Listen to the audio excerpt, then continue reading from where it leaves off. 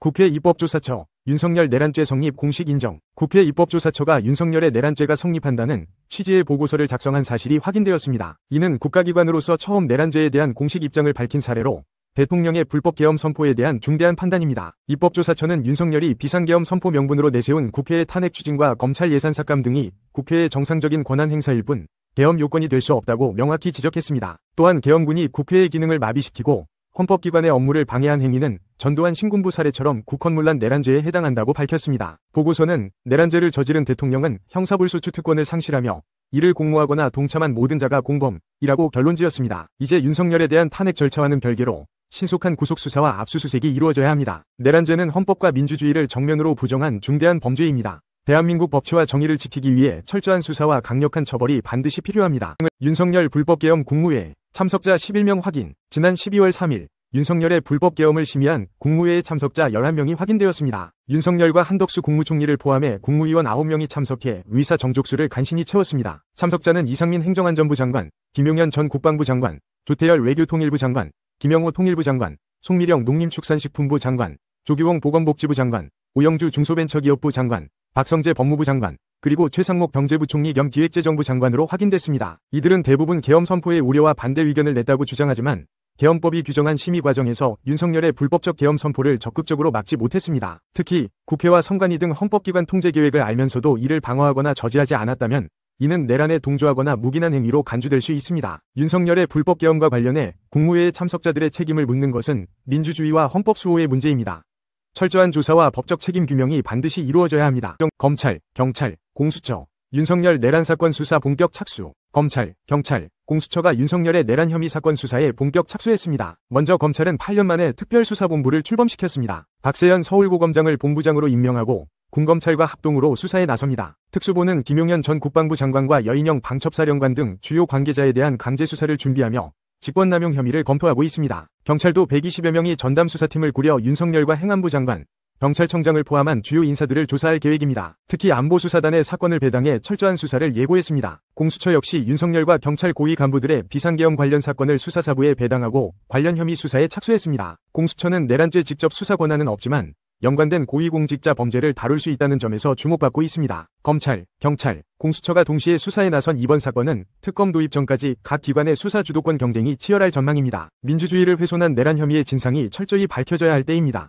홍장원 국정원 1차장이 윤석열이 비상계엄 선포 후 직접 전화를 걸어 정치인 체포를 지시했다고 폭로했습니다. 홍 차장에 따르면 윤석열은 계엄이 발표된 직후 이번 기회에 다 잡아들여 싹 다 정리해라고 말하며 국정원의 대공수사권을 부활시키고 방첩사를 지원하라는 구체적인 명령을 내렸습니다. 자금과 인력을 무조건적으로 제공하라는 지시까지 이어졌습니다. 이후 홍 차장은 여인영 방첩사령관으로부터 체포 대상 명단을 통보받았습니다. 여기에는 이재명, 정청래, 박찬대, 한동훈 등 정치인과 김명수 전 대법관, 언론인 김어준, 시민사회 김민웅, 노동조합 인사까지 포함됐습니다. 홍 차장은 체포 명단을 듣고 미친 X이라 생각했다고 회상하며 메모를 중단했다고 밝혔습니다. 여 사령관은 체포된 인사들을 방첩사 구금시설에 가두고 조사할 계획까지 구체적으로 설명했다고 전했습니다. 홍 차장은 윤석열의 체포 지시와 방첩사의 실행 계획을 두고 민주주의와 법치를 정면으로 위협하는 중대한 사태라며 강하게 우려를 표했습니다. 그는 비상계엄 같은 군의 개입이 이번으로 끝나지 않을 듯하다 는 판단에서 폭로를 결심했다고 밝혔습니다. 윤석열의 계엄 선포가 한미동맹에 심각한 균열을 초래하고 있습니다. 로이드 오스틴 미국 국방장관은 방한 일정을 전격 취소했으며 한미 핵협의 그룹 회의와 도상연습도 무기한 연기되었습니다. 미국 정부는 윤석열의 계엄 결정에 강한 우려를 표하며 한국 민주적 절차가 승리하기를 기대한다고 밝혔습니다. 전문가들은 윤석열이 계엄 선포 과정에서 주한미군과 한미연합사의 사전 통보 없이 병력을 동원한 점을 비판하며 이는 한국이 불량하고 믿을 수 없는 동맹국으로 비칠 빌미를 제공했다고 지적했습니다. 이러한 행동은 대북 억제력과 한미 협력 체계를 약화시키고 동맹 관리에 심각한 의문을 제기했습니다. 특히 이번 계엄은 민주주의 가치를 근간으로 한 한미동맹의 신뢰를 흔들며 미국이 방위 공약을 축소할 빌미를 제공했다는 평가까지 나오고 있습니다. 윤석열의 계엄 결정은 단순히 국내 정치의 문제가 아니라 국제적 신뢰를 훼손하고 대한민국의 외교적 입지를 위태롭게 만들고 있습니다. 이제 국제사회의 신뢰를 회복하고 대한민국의 민주주의를 지키기 위해 윤석열을 탄핵하고 내란에 관여한 모든 관계자들을 신속히 처벌해야 합니다. 이것이 민주주의를 회복하고 동맹의 신뢰를 되찾는 첫걸음입니다. 윤석열, 계엄 또 할 수 있다 발언 충격. 윤석열이 비상계엄 상황에서 계엄이 해제돼도 내가 또 한 번 하면 된다는 충격적인 발언을 했다는 제보가 공개됐습니다. 노종면 더불어민주당 원내대변인은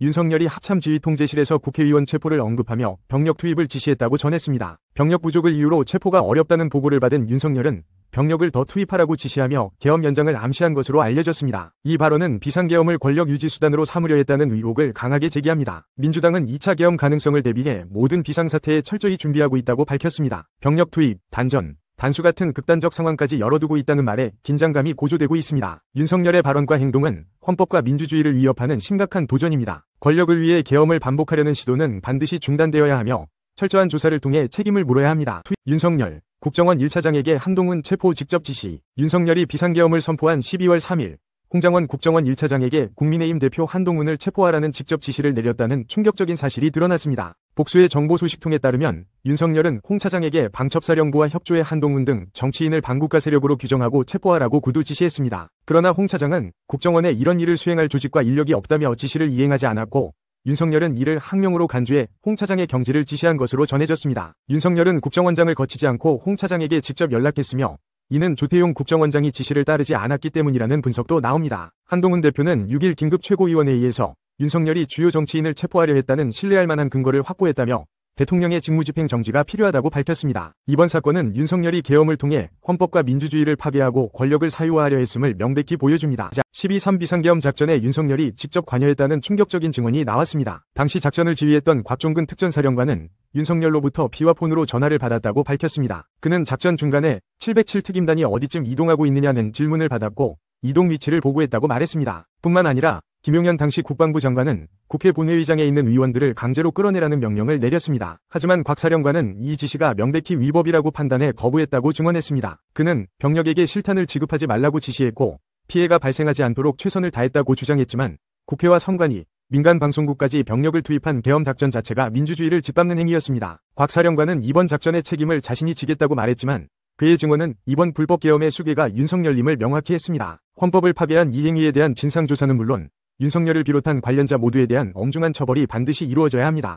국방부 긴급 브리핑. 2차 계엄 요구 있어도 절대 수용 안 한다. 국방부가 2차 계엄설에 대해 긴급 브리핑을 열고 강력히 부인했습니다. 김선호 국방부 장관 직무대행은 2차 계엄 발령 요구가 있더라도 국방부와 합참은 이를 절대 수용하지 않을 것이라고 밝혔습니다. 이는 군인권센터가 제기한 2차 계엄 위심 정황과 관련된 주장에 대해 전면 반박한 것입니다. 군인권센터는 일부 부대에서 비상수집 대비 지침과 휴가 통제 명령이 내려졌다고 폭로했지만 국방부는 전혀 사실이 아니다 라며 의혹을 일축했습니다. 김 직무대행은 비상계엄 사태와 관련해 국민에게 사과하며 군검찰을 포함한 합동수사에 적극 협조하겠다고 약속했습니다. 그는 또한 모든 계엄 관련 자료의 폐기와 은폐를 금지하고 철저히 보관하라는 명령을 하다라며 증거인멸 우려에 선제적으로 대응했습니다. 국방부는 현재 확고한 대비태세를 유지 중이라며 국민의 안전과 평온한 일상을 지키기 위해 최선을 다하겠다고 강조했습니다. 윤석열 대통령의 계엄령 시도가 가져온 충격은 헌법 위반을 넘어 군과 국민을 갈라놓는 비극으로 이어졌습니다. 최정예 공수부대, 그들이 지켜야 할 국민 앞에 소총을 들고 설 수밖에 없었습니다. 한 공수부대 예비역은 울먹이며 말했습니다. 왜 우리 부대는 불법 계엄 때마다 불려나와야 하는가? 국민을 향해 총을 들어야 한다는 치욕은 누가 책임지나? 그날 국회에 투입된 병사들은 시민과 대치하며 연신 죄송하다며 고개를 숙였습니다. 명령에 따를 수밖에 없는 그들은 군복 속에서 국민의 아들이자